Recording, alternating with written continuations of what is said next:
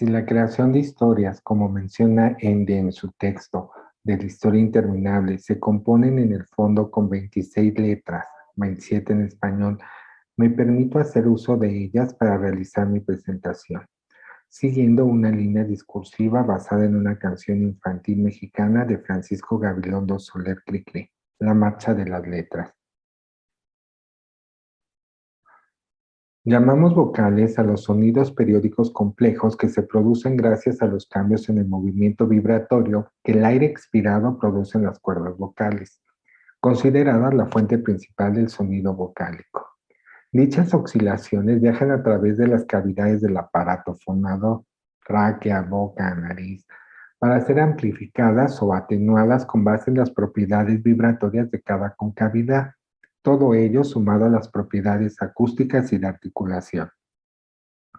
Por articulación llamaremos al proceso mediante el cual el sonido generado en las cuerdas vocales es modificado con ayuda de los órganos articuladores para generar palabras y con las palabras expresar mensajes sentipensantes, estableciendo así una conexión sensitiva entre la mente y los órganos del habla.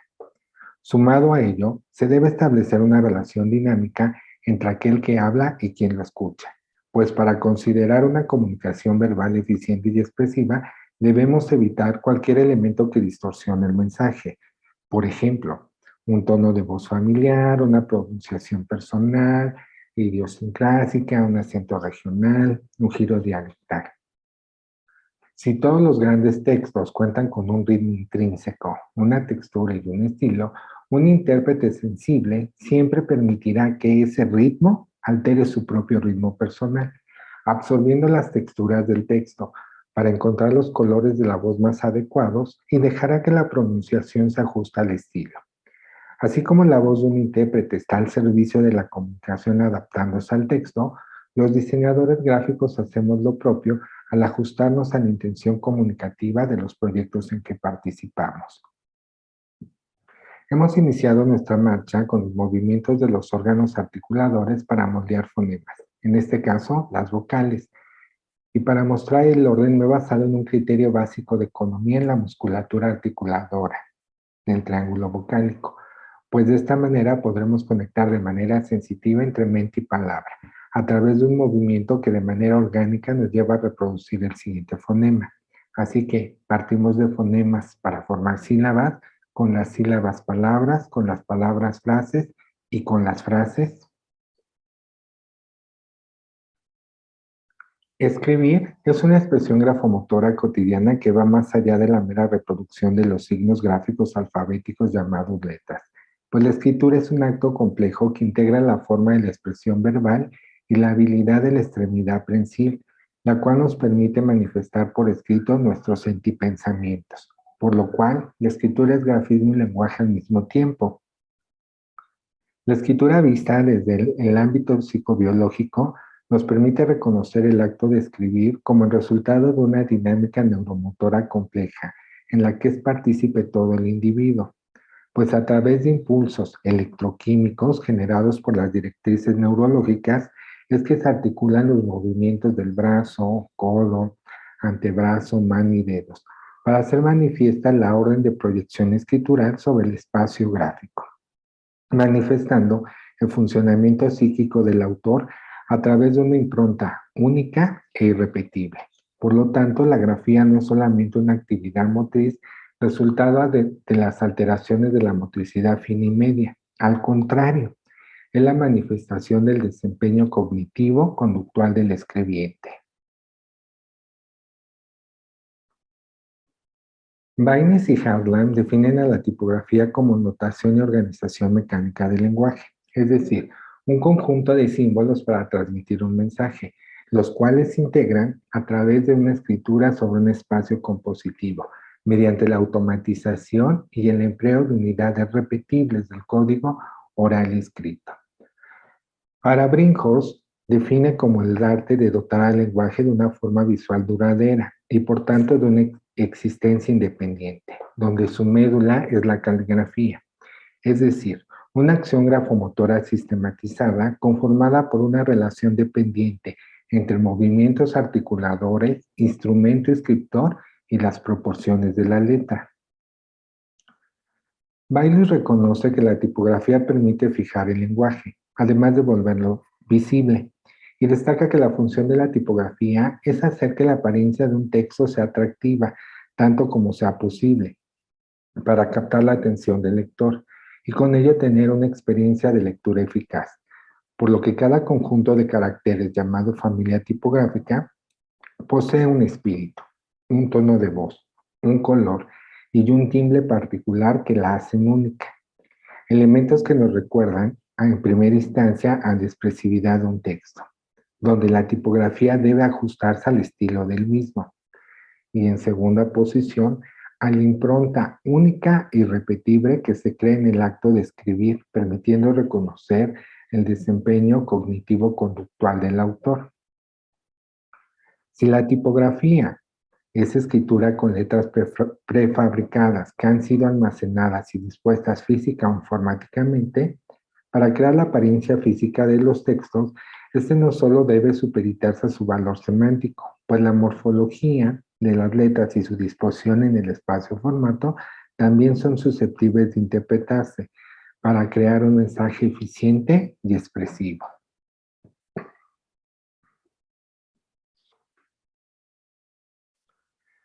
Así como captamos las palabras que emite una persona hablante, también percibimos un cúmulo de información que nos transmite su voz, pues su tono, el ritmo, los silencios y las cadencias empleadas nos permiten conocer características del individuo. De la misma manera sucede cuando observamos un manuscrito, pues la serie de personalizaciones formales y de composición nos permiten conocer la cosmovisión del sujeto, es decir, cómo estructura el yo y su interacción con el medio. En la acción de escribir, un hecho en apariencia inocente se esconde un conflicto intrapsíquico, la hoja en blanco, y este estímulo desencadena la proyección del caudal psíquico. En palabras de Simón, la grafología es un test gráfico proyectivo, enmarcado en la ciencia de la psicología, es decir, una prueba psicológica que ha delimitado su materia de estudio en el grafismo y que por transposición simbólica realiza la interpretación psicológica del mismo. En su obra Grafología y Diseño Gráfico Publicitario, Moreno establece un puente entre la expresión manuscrita y la expresión publicitaria, pues concibe dicha técnica interpretativa como una herramienta que contribuye a la activación de ideas, emociones y sensaciones, por lo que define a la grafología como la disciplina que estudia la estructura y procesos dinámicos de las escrituras manuscritas y de las producciones gráficas en general. Este estudio está basado en una discriminación sistemática y rigurosa de aquellas categorías que incluyen variables diferenciales y que permiten atribuirle a una escritura o a un grafismo propiedades características que le confieren individualidad, es decir, personalidad. Y ahora podemos reconocer a la grafología tipográfica, la cual es una especialidad que consiste en la aplicación de las variables grafoanalíticas a la escritura impresa con el fin de conocer los mecanismos de interpretación, evaluación y transmisión del valor de una idea, producto o marca expresada a través de elementos tipográficos y o logotípicos, lo que permitirá establecer una correspondencia entre la intención comunicativa del mensaje y los elementos empleados a través de una serie de inferencias sobre el aspecto emocional, racional, ideológico, conductual y de personalidad del diseño, con tipografía y de tipografía.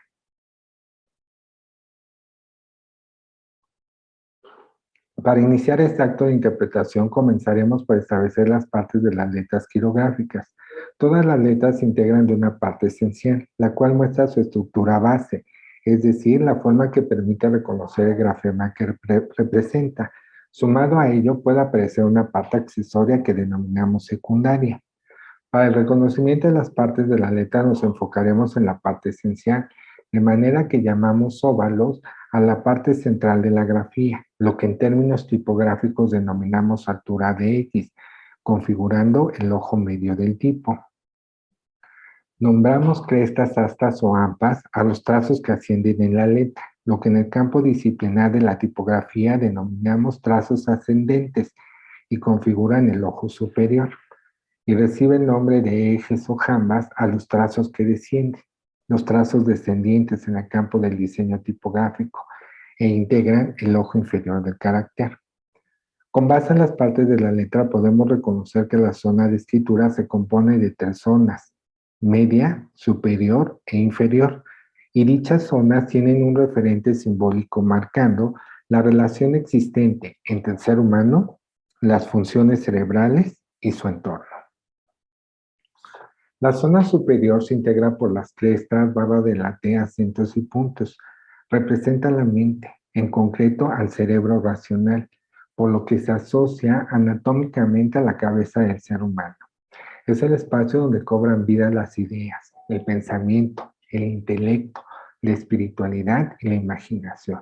Así que cualquier alteración de trazos en esta zona estará dando predominancia a estos conceptos.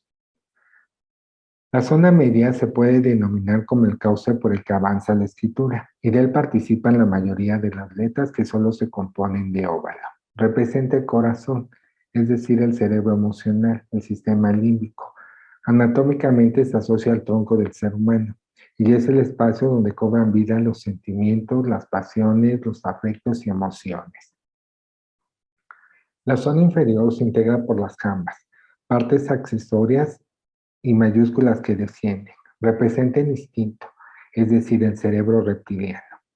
Anatómicamente se asocia a la parte inferior del cuerpo humano. Es el espacio en el que se muestra lo material, lo instintivo, la sexualidad. Así que cualquier alteración en esta parte de la zona pues muestra las funciones vitales más primarias.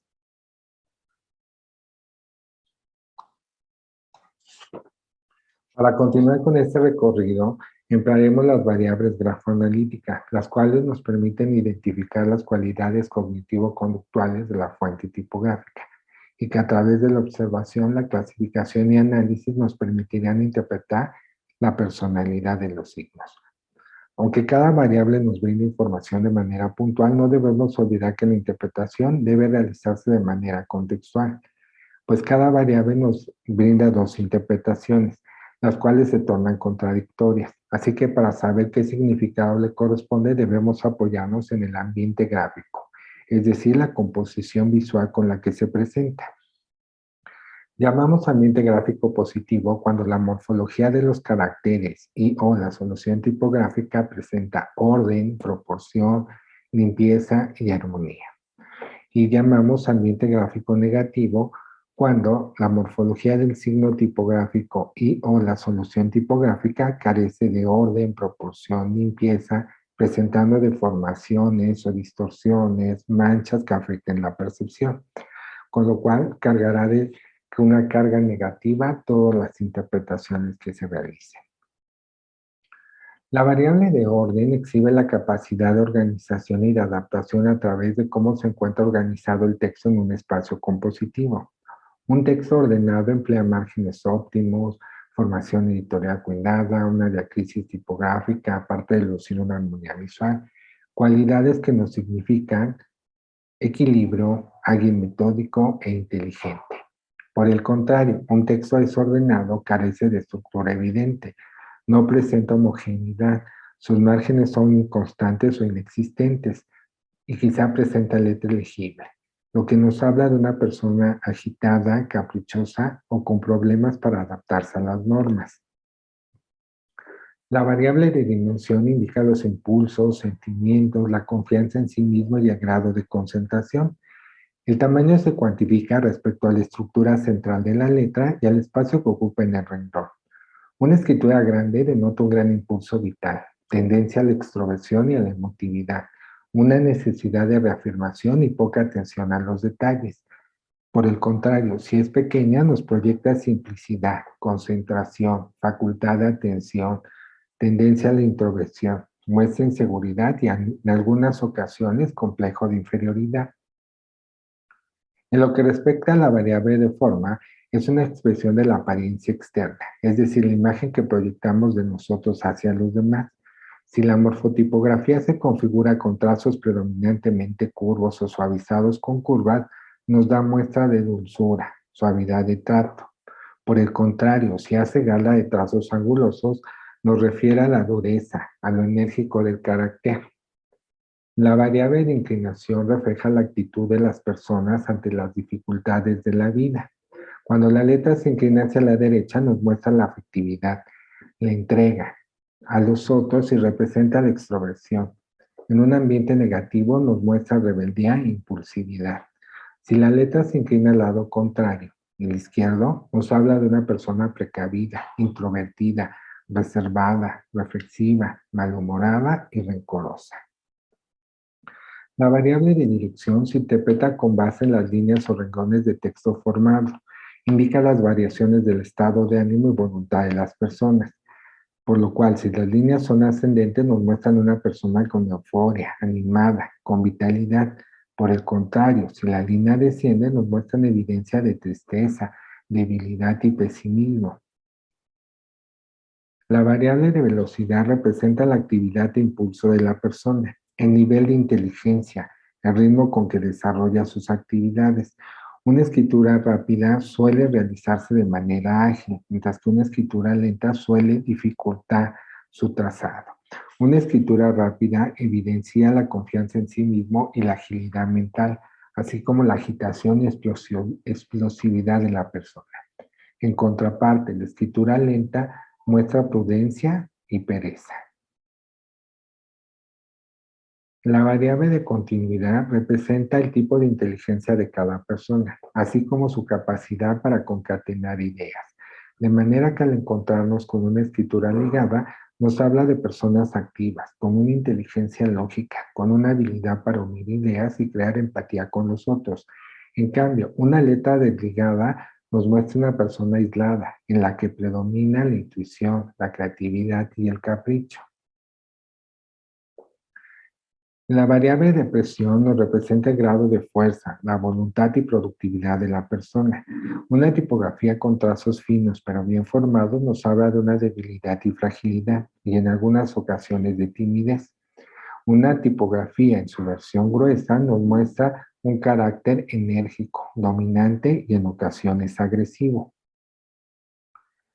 A través de 5 momentos marcados por las vocales, hemos realizado un recorrido en el que se ha reconocido la funcionalidad lingüística y función simbólica que va desde la expresión verbal, pasando por su registro a través de la escritura, para detenernos en su representación gráfica mecánica a través de la tipografía. Y en todas las fases sigue siendo reflejo del desarrollo cognitivo-conductual de su autor y por tanto es susceptible de ser interpretado para develar su personalidad. Y aunque la escritura manuscrita ha cedido espacio expresivo a la escritura mecanizada, la cual se realiza a través de diversos dispositivos, no inhibe el hacer reconocimiento de algunas de las variables producidas en la impronta manual. De manera que con los conocimientos de grafoanálisis se fundamente el diseño con tipografía y de tipografía, permitiendo la correspondencia entre la función lingüística y simbólica con su intención comunicativa, al establecer una transmisión más empática. Como punto final, me despido con la siguiente frase. Muchas gracias.